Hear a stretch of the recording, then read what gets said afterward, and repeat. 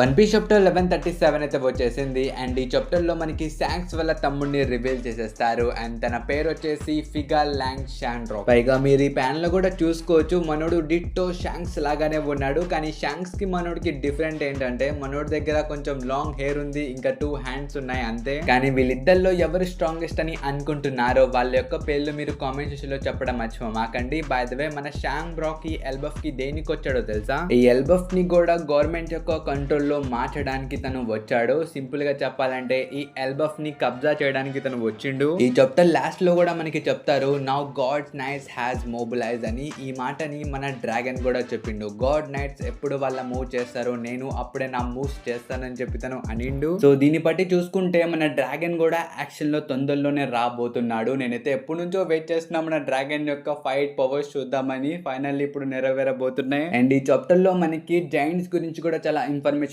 దొరికిద్ది. వాళ్ళ క్లాన్ గురించి, వాళ్ళ యొక్క కింగ్ గురించి కూడా మనకి చాలా ఇన్ఫర్మేషన్ దొరికిద్ది. సో ఇంకేం తెచ్చుకుంటే అలెస్ వీడియో. కానీ అంతకన్నా ముందు మీరు మా ఛానల్ ని ఇప్పుడు సబ్స్క్రైబ్ చేసుకోకపోతే గైస్ తొందరగా వెళ్ళి సబ్స్క్రైబ్ చేసేయండి. ఒకవేళ ఆల్రెడీ సబ్స్క్రైబ్ చేసి ఉంటే అరిగాతో ఇంకేం తెచ్చుకుండా అలెస్ వీడియో. వన్ పీస్ చాప్టర్ 1137 యొక్క పేరు వచ్చేసి షాంబ్రాక్ టేక్ ద స్టేజ్. ఇక్కడ ఈ టైటిల్ ఉంది కదా, దీనికి ఒక పెద్ద అర్థమే ఉంది. నేను చాప్టర్ లోకి వెళ్ళిన తర్వాత బ్రీఫ్ గా దీని గురించి ఎక్స్ప్లెయిన్ చేస్తా. సో ప్రస్తుతం మీరు ఈ టైటిల్ పేరు గుర్తు పెట్టుకోండి. అండ్ ఈ చాప్టర్ స్టార్ట్ అయ్యింది మన ఎల్బఫ్ యొక్క క్యాసిల్ నుంచి. ఇక్కడ మన స్ట్రా హ్యాట్స్ అందరూ ఎల్బఫ్ యొక్క క్యాసిల్ గేట్స్ దగ్గరికి వెళ్తారు. అండ్ అక్కడికి వెళ్ళి చూస్తే వాళ్ళందరూ షాక్ అయిపోతారు. ఎందుకంటే వీళ్ళందరూ ఫస్ట్ టైం వీళ్ళ లైఫ్ లో అంత పెద్ద గేట్లు చూసారు. అందుకనే ఇక్కడ ఉన్న ప్రతి ఒక్కరు షాక్ అయిపోతారు, ఇంక్లూడింగ్ మన రోడ్. తను కూడా క్యాసిల్ కి ఫస్ట్ టైం విజిట్ చేస్తున్నాడు. బట్ మీరు ఇక్కడ కొంచెం జూమ్ చేసుకుంటే ఇక్కడ ఉన్న క్యాసిల్ గేట్స్ ఆల్రెడీ ఇరిగిపోయి ఉన్నాయి. అసలు ఇది ఎవరు చేశారు, ఇక్కడ ఉన్న గార్డ్స్ ఎక్కడికి వెళ్ళారని చెప్పి మన రోడ్ ఆలోచిస్తూ ఉంటాడు. కానీ మన జోరోకి అర్థమైపోయింది, ఈ గేట్స్ లోపల నుంచి ఇరక్కొట్టారు, బయట నుంచి ఇరక్కొట్టలేదు. పైగా చూస్తుంటే ఇది రీసెంట్ గానే జరిగిందని చెప్పి మన జోరోకి అర్థమైపోయింది.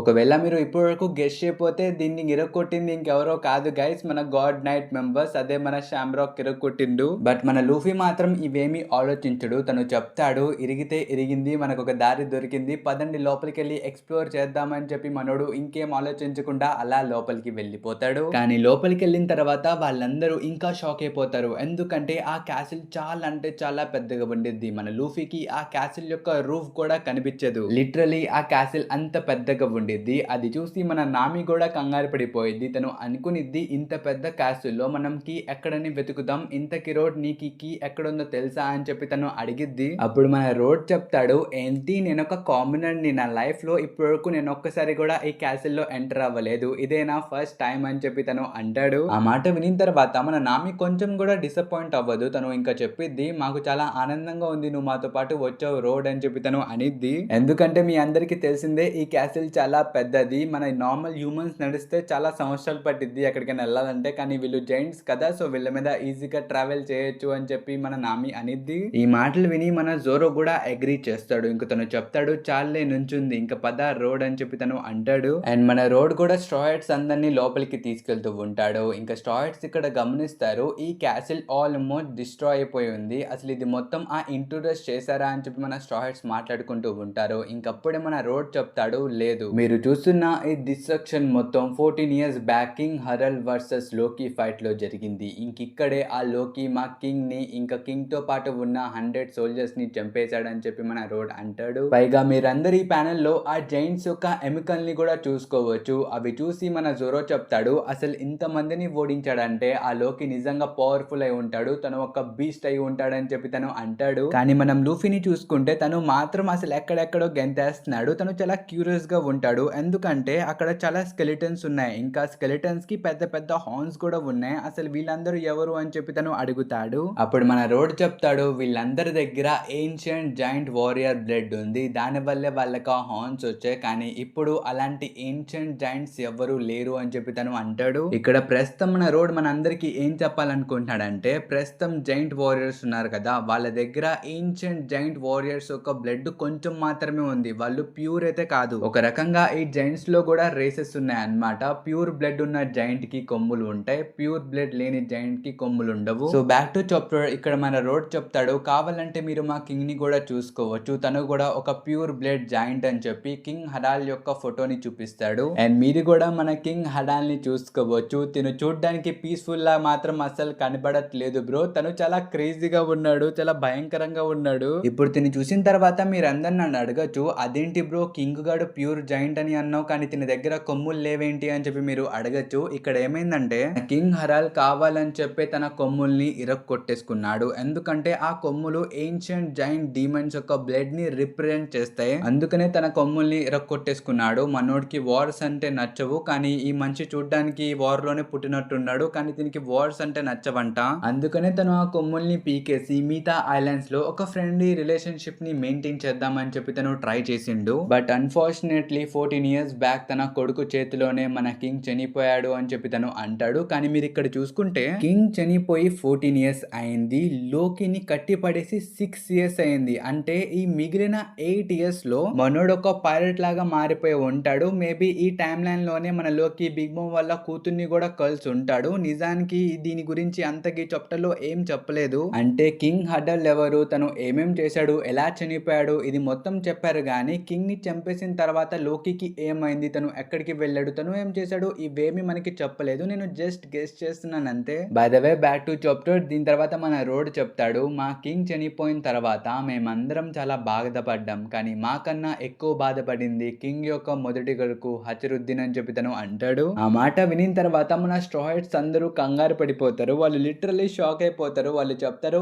ఏంటి మన హచరుద్దీన్ కింగ్ వాళ్ళ కొడుక, అయితే మన హచరుద్దీన్ లోకి వీళ్ళిద్దరు అన్న తమ్ముళ్ళా అని చెప్పి వాళ్ళు అడుగుతారు. అప్పుడు మన రోడ్ చెప్తాడు, వాళ్ళిద్దరు అన్న తమ్ముళ్ళే, కానీ వాళ్ళిద్దరికి డిఫరెంట్ మదర్స్ ఉన్నారు. అంటే మన కింగ్ హడల్ ఒక వేరే కంట్రీలో ఉన్న అమ్మాయిని ప్రేమించారు, కానీ వాళ్ళ ప్రేమని ఈ విలేజ్ లో ఎవరు యాక్సెప్ట్ చేయలేదు. ఎందుకంటే ఆ అమ్మాయి వేరే కంట్రీలో నుంచి వచ్చింది. అండ్ సెకండ్ థింగ్, ఆ అమ్మాయి దగ్గర ప్యూర్ జైంట్ బ్లడ్ అయితే లేదు, అందుకనే తను ఎవరు యాక్సెప్ట్ చేయలేదు. బట్ అనుకోకుండా ఆ అమ్మాయికి మన హచరుద్దీన్ కూడా పుట్టాడు. తను కింగ్ యొక్క బ్లడ్ అయినా సరే తన్ని కూడా ఎవరు యాక్సెప్ట్ చేయలేదు. ఎందుకంటే మన హచరుద్దీన్ వేరే కంట్రీలో ఉన్న ఒక జైంట్ అమ్మాయికి పుట్టాడు కాబట్టి తను కింగ్ బ్లడ్ అయినా సరే తన్ని ఒక ప్రిన్స్ లాగా ఎవరు అక్కడ యాక్సెప్ట్ చేయలేదు. ఈ మాట వినిన తర్వాత మన నామి కూడా షాక్ అయిపోయింది. తను చెప్పిద్ది, అదేంటి అయినా సరే వాళ్ళిద్దరు జైంట్సే కదా, ఎందుకు యాక్సెప్ట్ చేయలేదు, మరి ఇంత డిస్క్రిమినేషన్ అని చెప్పి తను అనిద్ది. అప్పుడు మన రోడ్ చెప్తాడు, అవును వాళ్ళిద్దరు జైంట్సే, నేను ఒప్పుకుంటా, కానీ మీ మనుషులు కూడా ల్యాండ్ కోసం ఒకరినొకళ్ళు కొట్టుకుంటారు కదా, అలాంటిది మేము కూడా మా ఏన్షియంట్ జైంట్ బ్లడ్ ని కాపాడుకోవడానికే చూస్తున్నాం. అసలు వేరే కంట్రీలో ఉన్న జైంట్ ని పెళ్లి చేసుకుంటే మా బ్లడ్డే కదా కల్తీ అయ్యేది, అందుకనే అప్పుడు ఎవరు వాళ్ళ ప్రేమని ఒప్పుకోలేదు అని చెప్పి తను అంటాడు. ఆ మాట వినిన తర్వాత మన జోరో చెప్తాడు, అయితే హచరుద్దీన్ తో పోల్చుకుంటే నీ బ్లడ్ కొంచెం మంచిదే కదా, అలాంటిది కల్తీ బ్లడ్ ఉన్న హచరుద్దీన్ క్రూలో నువ్వేం చేస్తున్నావు, హచరుద్దీన్ ని ఒక కెప్టెన్ లా ఎలా యాక్సెప్ట్ చేసావు అని చెప్పి తను అడుగుతాడు. మాట వినిన తర్వాత రోడ్ కి తన చైల్డ్హుడ్ గుర్తుకొచ్చిద్ది. మన రోడ్ తన చైల్డ్హుడ్ లో ఎప్పుడు మ్యాప్స్ ని గీసేవాడు, కానీ దాని వల్లే చాలా మంది పిల్లలు వచ్చి మన రోడ్ ని బుల్లి చేసేవాళ్ళు. అంటే వీడెప్పుడు పేపర్ లో ఏదో ఒకటి గీస్తూ ఉంటాడు, వీడు పిచ్చోడు, వీడి దగ్గరికి వెళ్ళమాకండి అని చెప్పి వాళ్ళు అందరూ అనేవాళ్ళు. కానీ మన హచరుద్దీన్ ఒక్కడే రోడ్ దగ్గరికి వచ్చి, నువ్వు మ్యాప్ చాలా బాగా గీస్తున్నావు, నీ దగ్గర చాలా టాలెంట్ ఉంది, ఇట్ ఈస్ సో అమేజింగ్, నా ఫ్రెండ్ గా మారిపో అని చెప్పి ఒక ఆఫర్ ఇచ్చిండు. అందుకనే నేను తన్ని బాగా అడ్మైర్ చేస్తా. తను ఒక కింగ్ కొడుకై ఉండొచ్చు, కానీ కింగ్ కొడుకు యొక్క బెనిఫిట్స్ ఏమీ తనకి దక్కలేదు, పైగా ప్రతి ఒక్కళ్ళు తన్ని తిట్టారు, బట్ స్టిల్ తను ఎప్పుడు గివ్ అప్ చేయలేదు. మన హచరుద్దీన్ కి ఒక డ్రీమ్ ఉంది, నేను తనకి సపోర్ట్ చేస్తానని చెప్పి తను అంటాడు. ఇంకా మన హచరుద్దీన్ యొక్క డ్రీమ్ వచ్చేసి ఈ ప్రపంచంలో ఉన్న జైంట్స్ అందరినీ ఒక చోటకి తీసుకొచ్చి అసలు వాళ్ళకి ఏం డిస్క్రిమినేషన్ లేకుండా వాళ్ళకి ఒక హ్యాపీ లైఫ్ ఇద్దాం అనుకుంటున్నాడు. తను ఒక కింగ్ లా మారాలని అనుకుంటున్నాడు. నేను తనకి సపోర్ట్ చేస్తా, నేను తన వెనకాలే ఉంటానని చెప్పి తను అంటాడు. ఆ మాట వినిన తర్వాత మన జోరో చెప్తాడు, what a boring motivation, it is not new to me అని చెప్పి తను అంటాడు. అంటే మన జోరో కూడా లూఫీని కింగ్ ఆఫ్ పైరేట్ చేద్దామని అనుకుంటున్నాడు కదా, సేమ్ ఇలాగే ఇక్కడ మన రోడ్ కూడా అనుకుంటుండు, అందుకనే మన జోరో ఇలాంటి లైన్ చెప్పిండు. బట్ ఇక్కడే మన లూఫీ చెప్తాడు, నాకు ఇద్దరు జైంట్స్ కనిపించారు, వాళ్ళు కింద పడిపోయి ఉన్నారు అని చెప్పి తను అంటాడు. ఈ జైంట్స్ ఎవరో కాదు, మన గాడ్ నైట్స్ కుమ్మేశారు కదా వాళ్ళే వీళ్ళు. నాకు తెలిసి డెఫినెట్లీ ఈ జైంట్స్ లెగసీ మన లూఫీ వాళ్ళకి ఏం జరిగిందో మొత్తం ఇన్ఫర్మేషన్ ఇస్తారు. దాని తర్వాతే మన లూఫీ అండర్ వరల్డ్ కి వెళ్తాడు అనుకుంటా, కానీ ఇక్కడే సీన్ షిఫ్ట్ చేసి మనకి అండర్ వరల్డ్ దగ్గరికి తీసుకుని వెళ్తారు. ప్రస్తుతం మన గున్కో లోకిని పిచ్చి పిచ్చిగా కొట్టి పడేసింది. తన దగ్గర ఆరో ఫ్రూట్ ఉంది. మీరు ఈ ప్యానల్ లో కూడా చూసుకోవచ్చు. మన గున్కో ఆ ఆరో అబిలిటీస్ ని తన షూస్ లాగా మార్చి లోకిని పిచ్చి పిచ్చిగా కొడుతూ ఉండిద్ది. ఇంకా మన లోకి చెప్తాడు, నన్ను ఇక్కడ కట్టి పడేశారు కాబట్టి మీరందరూ బతికిపోయారు, లేకపోతే నా అని చెప్పి తను అంటాడు. అంటాడు. ఆ మాట వినిన తర్వాత మన షాంబ్రాక్ చెప్తాడు, మేము ఇప్పుడు నిన్ను ఫ్రీగా వదిలేసినా నువ్వు మమ్మల్ని ఏం పీకలేవు గానీ నోరు మూసుకుని ఉండరా అని చెప్పి తను అంటాడు. ఇక్కడ మన గున్కో కూడా చెప్పిద్ది, మేము నీకు ఆఫర్ ఇస్తున్నాం మా గాడ్ నైట్స్ లో జాయిన్ అవ్వమని, ఇదొక ఆనర్, నోరు మూసుకొని జాయిన్ అవ్వు అని చెప్పి తను అనిద్ది. అప్పుడు మన లోకి చెప్తాడు, హే ఫుల్, ఒక్కసారి చెప్తే నీకు అర్థం కాదా, నేను ఆ వేస్ట్ క్రాప్ లో జాయిన్ అవ్వను, అయినా నువ్వు ఇప్పుడు ఏం చేస్తావు, మహా అయితే లెఫ్ట్ సైడ్ నుంచి 2 అటాకులు చేస్తావు, బాటమ్ నుంచి 2 అటాక్స్ చేస్తావు, పై నుంచి ఒక అటాక్ చేస్తావు, అంతే కదా అని చెప్పి తను అంటాడు. ఆ మాట విని మన గున్కో చెప్పిద్ది, నీకు ఈ యారోస్ యొక్క డైరెక్షన్స్ తెలుసుండొచ్చు కానీ ఈ యారోస్ నుంచి నువ్వు తప్పించుకోలేవు అని చెప్పి తను అనిద్ది. ఇంకెవరికైనా తెలియపోతే మన లోకి అడ్వాన్స్ అబ్జర్వేషన్ హాకీని ఉపయోగిస్తున్నాడు. లిటరలీ తను ఏదైతే చెప్తాడో ఇక్కడ అదే జరిగిద్ది. మన లోకి ఎలా అయితే చెప్పాడో, ఫస్ట్ నాకు ఒక అప్పర్ కట్ ఇస్తావు, దాని తర్వాత లెఫ్ట్ సైడ్ నుంచి అటాక్ చేస్తావు, అసలు ఈ మొత్తం మన లోకి ఎలా చెప్పాడో సేమ్ మన గున్కో అలాగే అటాక్ చేసిద్ది. ఇట్ ఈస్ ఇన్సేన్ బ్రో, మనోడిని సీపిజన్ స్టోన్స్ తో కట్టి పడేశారు, అయినా మన లోకి ఇంత అడ్వాన్స్ గా అబ్జర్వేషన్ హాకీని వాడుతున్నాడు. ఇంకా దీని తర్వాత ప్యానెల్ లో కూడా మీరు చూసుకోవచ్చు,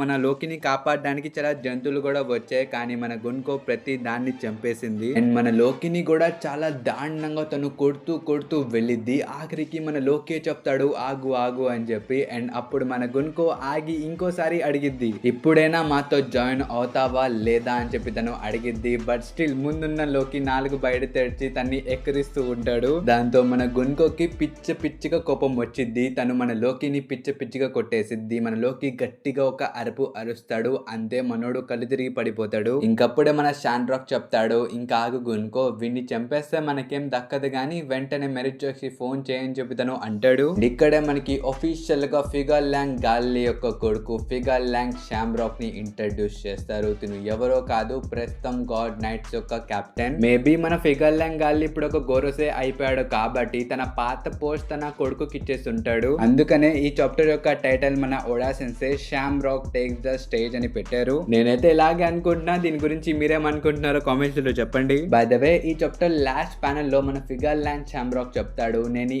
ఎల్బఫ్ ని ఎలాగైనా కిందకి తీసుకొస్తా, గవర్నమెంట్ యొక్క చేతుల్లో పెడతా, దీన్ని ఎవ్వరు ఆపలేరు అని చెప్పి తను అంటాడు. అండ్ దీని పక్కనే చూసుకోవచ్చు మనకి నరేటర్ చెప్పిండు, now god knights has mobilise అని. ఇంకింతటితో ఈ చాప్టర్ అయితే అయిపోయింది. మేబీ ఈ లాస్ట్ లైన్ ని మన మంకీ డి డ్రాగన్ కి రిఫర్ చేస్తూ చెప్పారు అనుకుంటా, ఎందుకంటే మన డ్రాగన్ ఒక సిచ్యువేషన్ లో చెప్పిండు, గాడ్ నైట్స్ కనుక రంగంలో దిగితే నేను కూడా దిగాల్సి వచ్చింది అని చెప్పి తను అనిండు. సో వీళ్ళు ఎల్బఫ్ లో దిగిపోయారు కాబట్టి మేబీ మన డ్రాగన్ కూడా యాక్షన్ తీసుకోవచ్చు. తను డెఫినెట్లీ తీసుకుంటాడు బ్రో, ఎందుకంటే ఈ మాటలు తనే చెప్పాడు కాబట్టి మనం తొందరలో డ్రాగన్ యొక్క యాక్షన్ ని చూడబోతున్నాం. కానీ ఈ మొత్తం చాప్టర్ చదివిన తర్వాత నాకు ఎక్కడో చిన్న తేడా కొడుతుంది. ఎక్కడంటే మనకి కింగ్ హరల్ యొక్క మొత్తం స్టోరీ చెప్పారు కదా, అప్పుడు మనం తన పిక్ లో కూడా చూసుకున్నాం, తన చేతిలో ఒక కత్తి ఉంది. ప్రస్తుతం ఆ కత్తి ఎక్కడుందో తెలుసా, మన జైంట్స్ లో ఎల్డర్ ఉన్నాడు కదా, తన తలకాయ లోపల ఆ కత్తి ఉంది. నాకు తెలిసి అది మన లోకి చేసుండడు, ఎందుకంటే మనకి స్టార్టింగ్ లోనే చెప్పారు ఆ ఎల్డర్ యొక్క హైట్ చాలా ఎక్కువగా ఉండిద్ది, తను ఒక మౌంటైన్ లాగా ఉంటాడని.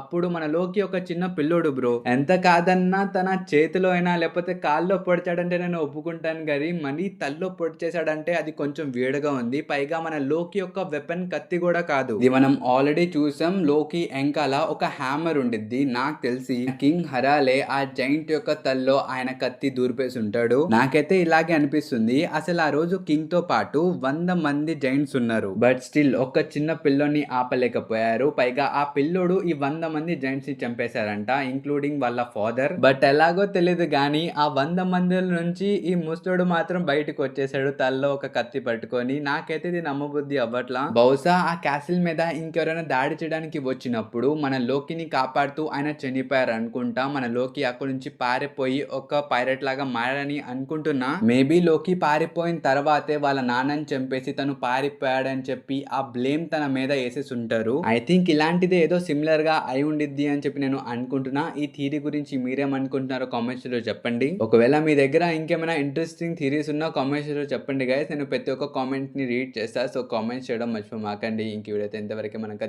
నెక్స్ట్ వీడియోలో. Until then bye by.